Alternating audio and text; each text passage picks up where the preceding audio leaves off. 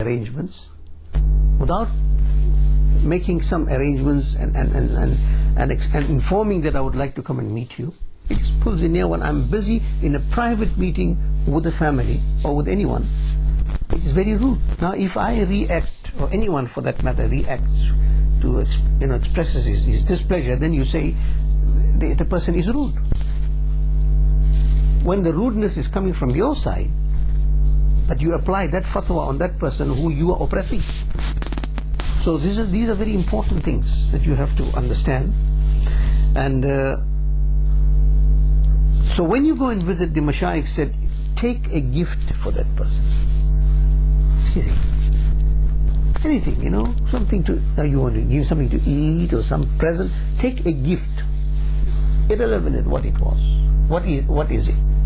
Hazrat Shaykh Ahmad Abdul Rudulwi radiyallahu ta'ala, a very, very eminent wali of Allah subhanahu wa ta'ala. And so eminent this wali was, he is from the Chishti Sabiri silsila.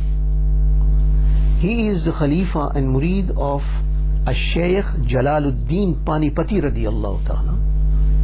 He is Murid and Khalifa of Hazrat Khaja Shamsuddin Turk Panipati radiyallahu ta'ala.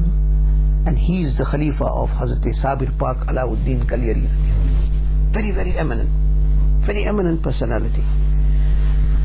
And so engrossed and so occult was his form of ibadah that he used to bury himself in a grave for 6 months. 6 months buried in a grave. And after 6 months, when he used to be taken out of the grave, there was barely any life.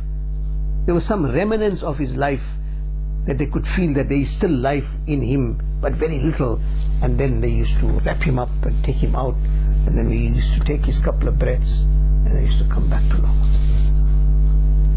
So he went to meet a shaykh. He was a pauper, spiritual pauper, an intoxicated spiritual pauper of Allah, a faqir. He was from the Darawesh family. He went to meet a very great shaykh, Hazrat Shaykh Nur Qutb Alam, Nuruddin Qutb Alam. Hazrat Shaykh Nuruddin Qutb Alam was murid of his father, Hazrat Makhdum Alawul Haq Pandawi radiyallahu an. He was murid of Sayyidi Akhi Sirajuddin A'inai Hind radiyallahu an, and he was murid and Khalifa of Sultanul Awliya Shaykhul Mashayikh Khaja Nizamuddin Mahbubailai. We speak about giants now. Okay? Now he went to meet him, absolutely nothing, no money, no nothing, and he knew the ethics because he was on the path of Suluk and he was a Sufi master himself. So he said, how am I going to go and visit the Shaykh when I haven't got a tuhfa for him, a gift for him? I don't have any money, I don't have anything worthy. However, he looked around and he saw a clean green leaf. He broke the green leaf and he went to the Shaykh and he said, Baba, this leaf is clean. You understand? This leaf is clean. And the Shaykh understood. In that saying that leaf is green and giving it is just to fulfill that ethics of giving something to the awliya and the salihin and mashayikh and the ustaz or your murshid. Give some sort of gift. Now we accepted that, right? And likewise it was a tradition, and it should be a tradition. Unfortunately the tradition is now misused. It is misused, abused, and to a great extent it is now becoming obsolete. Right? The reason of it becoming obsolete is the mentality and quality of the people is also dwindling, and likewise is the attitude. So this caravan came in and they had beautiful gifts, and also they had gold sovereigns, right? And along with the gold sovereign, they came along and they came to present it, they were traders, to present it to Huzur Sayyidina Ghaus al-Azam radiyallahu ta'ala in a tray or however they presented it. And what do you think was with that gift? Was the very same sandal of Sayyidina Ghaus al-Azam. So that, I mean, they were very astonished, and now they were waiting to understand, to hear what happened.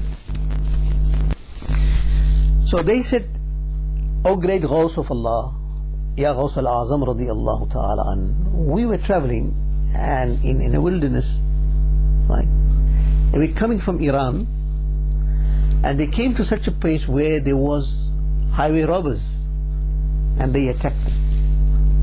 When the highway robbers attacked them, and they started plundering them and taking all their goods, at that time they thought, or they sought assistance from the great Ghaus, because they were murids of Huzur Ghaus al-Azam. And they screamed his name. When they screamed, at that time Huzur Ghaus al-Azam radiyallahu ta'ala was performing wudu. His ruhaniya, his quwwat malakiyya, his spirituality intercepted, because you know that as I mentioned to you, an arif of Allah is that elevated personality and servant of Allah that not a single leaf in this world is hidden from his vision. Such is an arif. Right.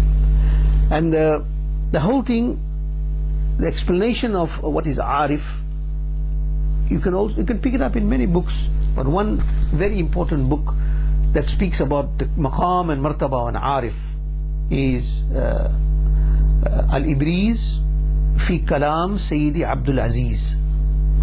It is al-malfuz, anecdotes of the great Ghaus al-Waqt Sayyidi Abdul Aziz al-Dabbagh al-Maghribi radiyallahu ta'ala, is a Hassani Sayyid from Al-Maghrib, Morocco.